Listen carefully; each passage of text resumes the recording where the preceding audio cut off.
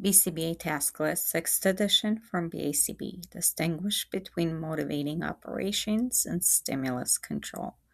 Motivating operations. As previously discussed, the motivating operations mean that we can control the preference of the reinforcer for the client and or a child.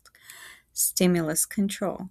This occurs when an antecedent stimuli ultimately controls the behavior. Example: red light on the street controls the stopping of the vehicle at the stop sign.